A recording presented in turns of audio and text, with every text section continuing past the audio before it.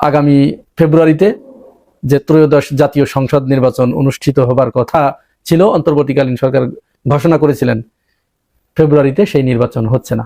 BNP এখন কি করবে সেটি দেখবার বিষয়। 5 আগস্টের পরের দিন থেকে অর্থাৎ 6 আগস্ট থেকে তারা নির্বাচন নির্বাচন নির্বাচন নির্বাচন ছাড়া তাদের মুখে আর কোনো কথা আমরা শুনি নাই। অবশেষে তাদের চাপের কারণেই কিন্তু এই সরকার ফেব্রুয়ারিতে নির্বাচনের তারিখ ঘোষণা করেছিলেন। এখন অবস্থা যে জটিল আকার ধারণ করেছে, যে কঠিন একটা সংকটের ভিতরে প্রবেশ করলো পরিস্থিতি, এই পরিস্থিতিতে নির্বাচন অনুষ্ঠানের যে পুরা অনিশ্চয়তা সৃষ্টি হয়ে গেল, এর জন্য কিন্তু বিএনপি দায়ী বলে সাধারণ জনগণ মনে করছে এবং বাংলাদেশের নাগরিক সমাজ মনে করছে।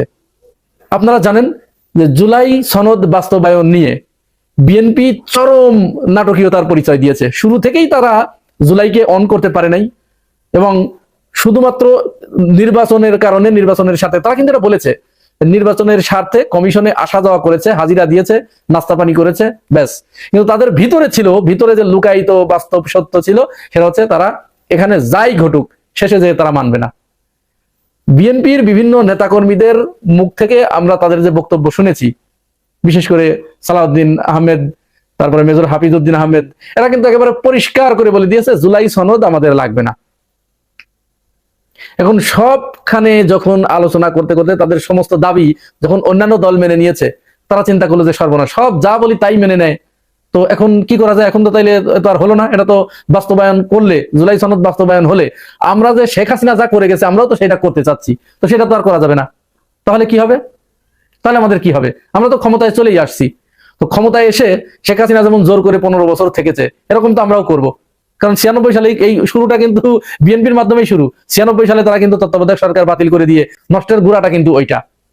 তো এখন সব যা বলি তাই মেনে নেয়, তাহলে তো এখন এমন একটা বাগড়া দিতে হবে যেন কেউ আর এটা না মানে। লাস্টে কি বাগড়া দিল? জুলাই সনদ আমরা ওটা মানি না, ওটা আমাদের লাগবে না, আমাদের লাগবে একটা নির্বাচন। এখন যদি তোমরা জুলাই সনদের বাস্তবায়ন চাওই, গণভোট যদি তোমরা চাওই, তাহলে ওটার জাতীয় নির্বাচন যেদিন হবে সেদিন। তার মানে কোনো গুরুত্ব নাই, এর কোনো গুরুত্ব নাই, কোনো ভ্যালু নাই। ইতিমধ্যেই আপনারা জেনেছেন, আপনারা শুনেছেন বিভিন্ন বিশেষজ্ঞদের কাছ থেকে, সংবিধান বিশেষজ্ঞ, রাজনীতি বিশ্লেষক যারা, বিশেষজ্ঞ যারা, রাষ্ট্রবিজ্ঞানীদের কাছ থেকে আপনারা শুনেছেন যে তারা বারবার যে সংবিধানের দোহাই দিচ্ছে। রাষ্ট্র বিশেষজ্ঞরা বলছেন, রাজনীতি বিজ্ঞানীরা বলছেন যে সংবিধান তো নাই। কারণ যখনই 5 আগস্টে গণঅভ্যুত্থানটা সংগঠিত হয়েছে, তখন তো সংবিধান মেনে এটা হয় নাই, সংবিধান চলে গেছে, ওইখানেই সংবিধানের কার্যকারিতা শেষ হয়ে গেছে।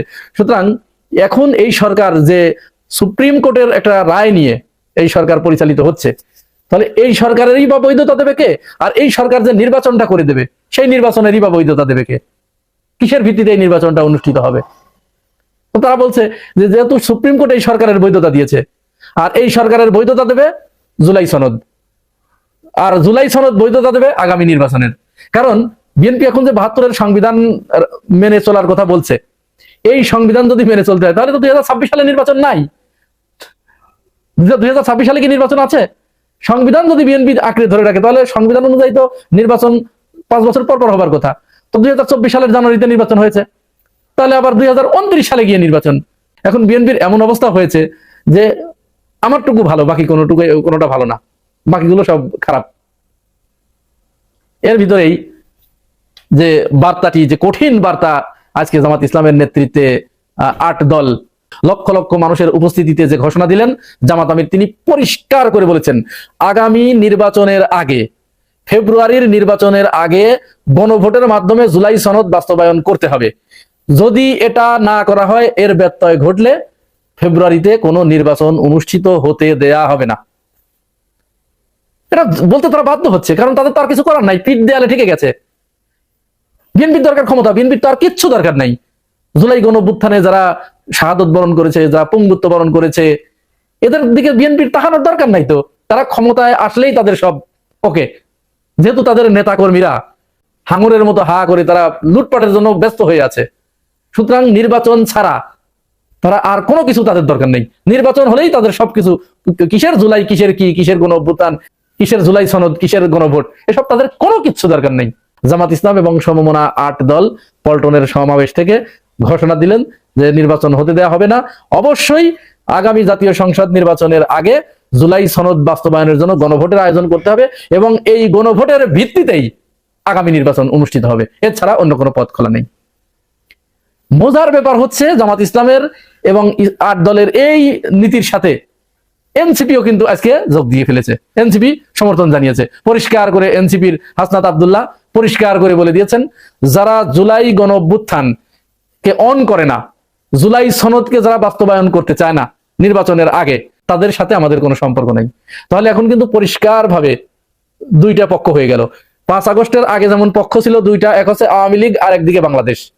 5 আগস্টের পরে এখন এই জুলাই সনদ বাস্তবায়নের ক্ষেত্রে গণভোটের পর্যায়ে গিয়ে এখন আবার দুইটা দলে কিন্তু বিভক্ত বাংলাদেশের মানুষ।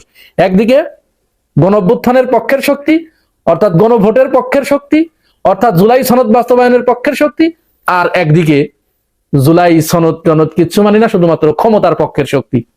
পরিষ্কারভাবে দুইটা বিভক্ত হয়ে গেল। কিন্তু এখন এই যে বিএনপি একটা বিপদ নিজেদের জন্য ডেকে আনলো, যেহেতু তাদের নির্বাচন লাগবে, তো এখন এই যে 8 দল এবং এর সাথে আবার এনসিপিও যোগ দিয়ে দিল। বিএনপির ভিতরে যে কয়েক দল আছে, কয়েকটি দল আছে শরিক দল, এরাও কিন্তু মনে মনে চাচ্ছে যে না, যারা জুলাইকে অন করে, কেউ কেউ কিন্তু আছে, সবাই একরকম না, তারা চাচ্ছে যে না, জাতীয় নির্বাচনের আগে গণভোটটা হয়ে যাক। এমনকি এই যে মীর মুগ্ধের ভাই, শহীদ মীর মুগ্ধের ভাই মীর স্নিগ্ধ, তাকে বিএনপি ডেকে নিয়ে গিয়ে নমিনেশন দিয়েছে। সে পর্যন্ত বলেছে যে না, অবশ্যই নির্বাচনের আগে জুলাই সনদের বাস্তবায়নের জন্য গণভোট হতে হবে, গণভোট আগে হয়ে যাক, এইখান থেকে পথটা পরিষ্কার হয়ে যাক, তারপরে এইটার ভিত্তিতে নির্বাচন হোক। এখন বিএনপি কিন্তু জনগণকে বোঝাতে পারছে না যে কেন জাতীয় নির্বাচনের দিন গণভোট, এটা কিন্তু তারা কোনো কিছুই বোঝাতে পারছে না। তাদের গো ধরে থাকতে হবে, তাই তারা থাকছে। এখন তো যে বিপদটায় পড়লেন, এখন কিভাবে এটা ম্যানেজ করবেন করেন। এখন তো জামাত ইসলাম সহ 8 দল, এনসিপি সহ, এরা যদি বলে যে না, নির্বাচন হতে দেবো না, তাহলে নির্বাচন হবে না, এটা পরিষ্কার, নির্বাচন হবে না। তো নির্বাচন যদি না হয় তাহলে কি করবেন এখন বিএনপির বার্তা কিন্তু ইতিমধ্যেই জনগণের কাছে পরিষ্কার হয়ে গেছে যে বিএনপি এই মুহূর্তে জুলাই গণঅভ্যুত্থানের বিপক্ষের শক্তি। সুতরাং খেলা দেখার জন্য আমাদের আর কয়েকদিন অপেক্ষা করতে হচ্ছে।